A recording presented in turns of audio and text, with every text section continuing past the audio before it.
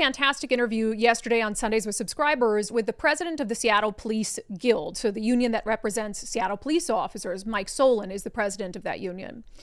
And I wanted to talk to him about, comparing and contrasting what happened in 2020, sort of how his officers are doing. They're very short-staffed right now.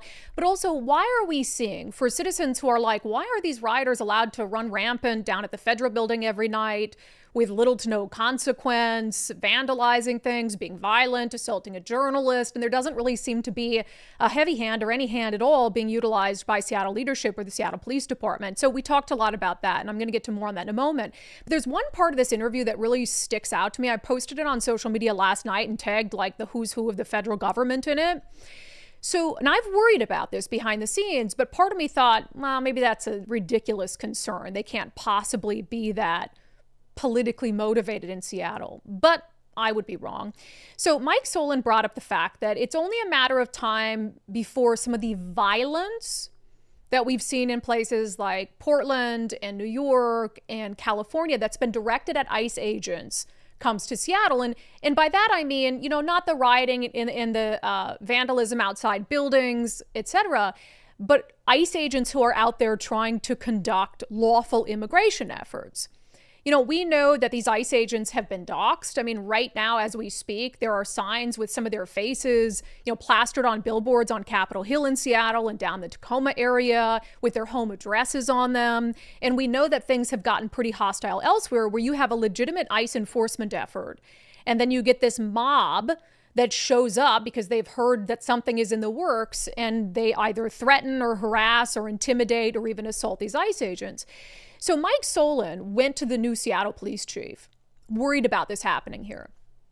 And he wanted to know from the police chief, look, first and foremost, are we going to be there to help these ICE agents if their lives are in jeopardy? And and of course we're going to do that, but will the city and the police chief and the mayor have our officers' backs on the back end? Here's that part of the conversation.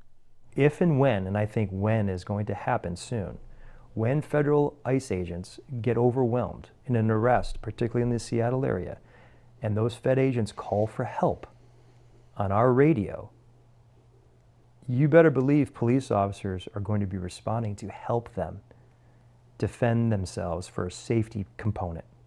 Are you going to be allowed to? That's why I asked him. I said, you need to put messaging out to your employees that gives them clear, concise guidelines of what the rules of engagement are. Because I can tell you, our oath of service should be apolitical.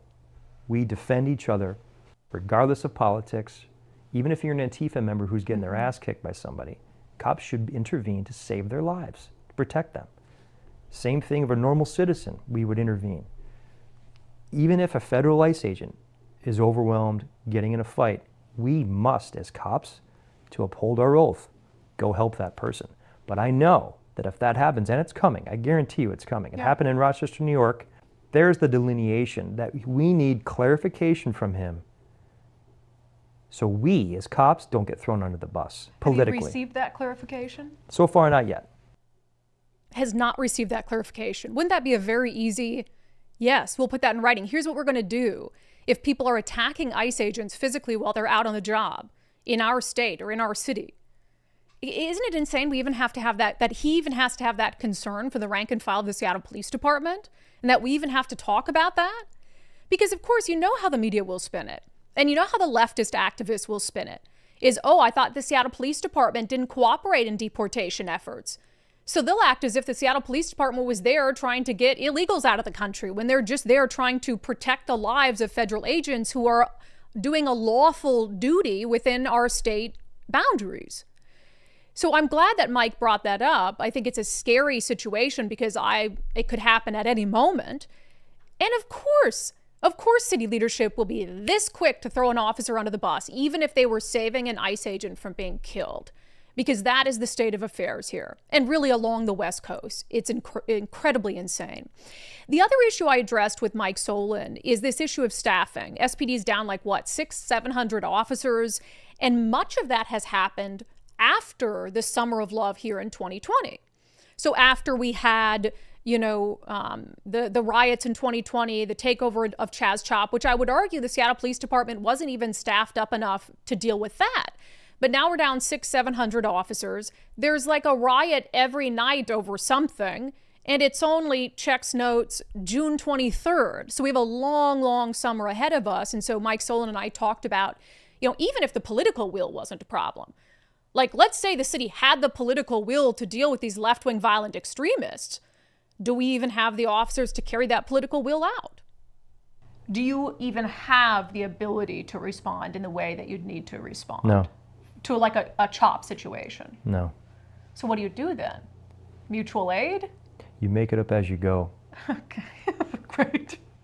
I mean, but seriously. Okay, use Cal Anderson as the example. Yeah, with the Christian rally. Mm-hmm. Their first intent was to put a bike fence, those crowd control fences up as a dividing line. And it took, 30 seconds for that to get dismantled? Yeah. Then now they had to actually use human beings, police officers, as that fence support. Yeah. And then so if you removed our ability to use less lethal tools in the quick manner that we should use them in to protect ourselves and to protect both warring factions, if you will, then we're making it up as we go. And we're the cannon fodder. And it's dangerous. More it's dangerous extremely than it would be dangerous. We had otherwise. how many cops that day were put into the hospital? 3? I mean, Brandi, I say this all the time. We don't have enough cops to answer the basic patrol call. Every shift, every precinct, we're below minimums. Below. I mean, this is my pitch. You can make so much money in the Seattle Police Department right now. There's so much overtime to be made. So it's hard to criticize what's going on because, man, this is the time to make money. But you get so overwhelmed, and you understand that if you make one false action that's optically bad, you're done. Yeah, and he said, we're making it up as we go along. I mean, that's not what you want to hear. Not that it's his fault. That's not what you want to hear when it comes to the potential for another summer of love. They don't have enough police officers. It's been obvious as I've been out there that they don't have enough police officers. They're far outnumbered. They can't really do anything with the violent mob because there's more of the violent mob than there is of them, and it's not even close. That full interview with Mike Solon is up now on Sundays with Subscribers. You can sign up, undividedpod.com, undividedpod.com.